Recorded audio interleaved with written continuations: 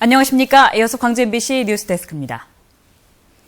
통계 수치상으로 광주 전남의 취업자 수가 늘어나고 있습니다. 하지만 속을 들여다보면 대부분 시간제 아르바이트나 비정규직 일자리여서 속 빈 강정 상태입니다. 황성철 기자가 보도합니다.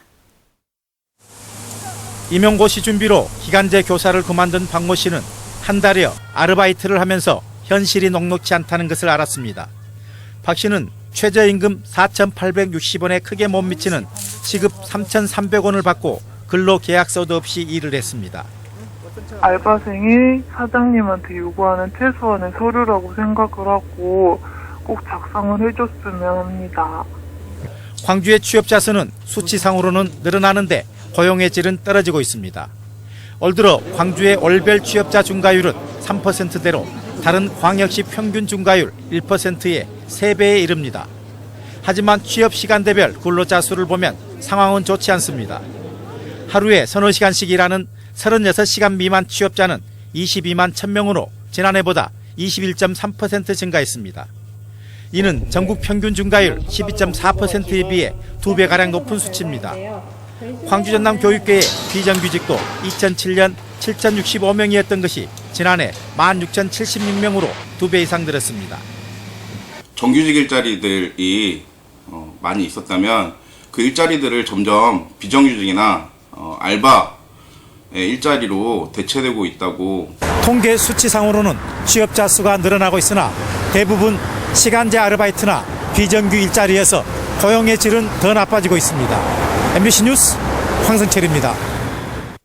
광주 지역 주요 대학들의 2014학년도 수시 2차 모집 원서 접수가 마감됐습니다. 조선대학교는 만화 애니메이션학과의 경쟁률이 11.3대 1을 기록하며 전체 평균 3.5대 1의 경쟁률을 보였습니다. 광주대학교는 8.3대 1의 경쟁률을 보였고 남부대는 5.5대 1, 광주여대는 6.9대 1의 경쟁률로 마감됐습니다. 광주여대 항공서비스학과는 25대 1로 광주 지역 수시 2차 최고 경쟁률을 기록했고 간호학과도 광주여대 12대 1, 조선대 10대 1 등의 높은 경쟁률을 보였습니다. 지난 3일 폐막한 2013 광주 디자인 비엔날레의 관람객 만족도가 역대 최고를 기록했습니다.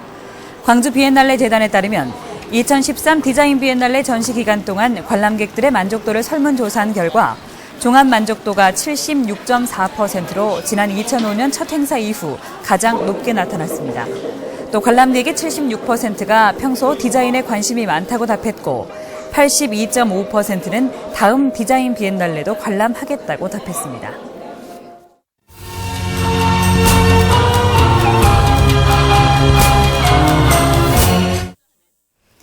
요즘 장성에서는 흔히 부사로 알려진 만생종 사과 수확이 한창입니다.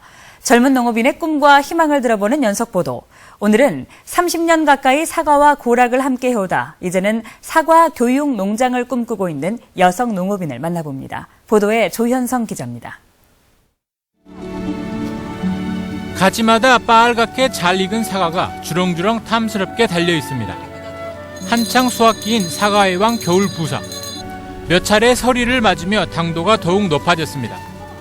얼면 좀 상하지 않을까 하잖아요. 근데 굉장히 단단하고 상하거나 하지는 않아요. 이게 얼었다 녹았다 해도 아무렇지도 않아요, 사과는.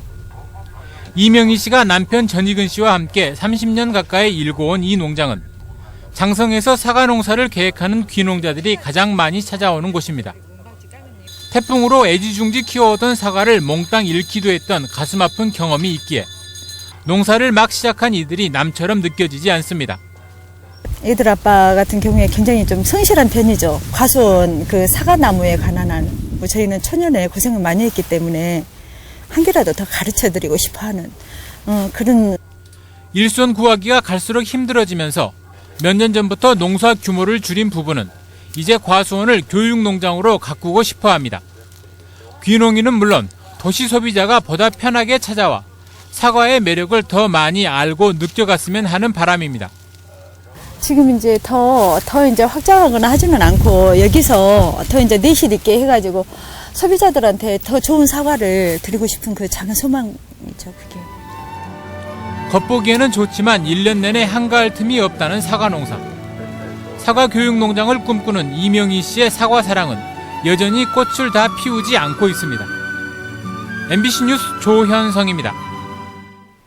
오늘 오후 2시쯤 해남군 삼산면 어성교 인근 도로에서 31살 박모 씨가 몰던 승용차가 타이어 펑크로 갓길에 세워둔 2.5톤 화물차를 들이받았습니다. 이 사고로 화물차 운전자 45살 김모 씨가 크게 다치는 등 5명이 크고 작은 부상을 입었습니다. 경찰은 승용차 운전자 박 씨가 구분길에서 사고 차량을 뒤늦게 발견했다는 말을 토대로 정확한 사고 원인을 조사하고 있습니다. 의경 복무 중 시위 현장에서 부상을 당해 17년 동안 의식 불명 상태로 치료를 받다가 숨을 거둔 고 김인원 의경에 대해서 여야 정당이 애도의 뜻을 나타냈습니다. 새누리당은 논평을 통해 고인의 안타까운 죽음에 애도를 표한다며 다시는 이런 불행한 일이 일어나지 않아야 한다고 밝혔습니다. 민주당도 논평을 내고 고인의 죽음은 과거 우리의 아들, 딸들이 겪어야 했던 시대적 아픔을 상징한다며 고인의 명복을 빈다고 말했습니다.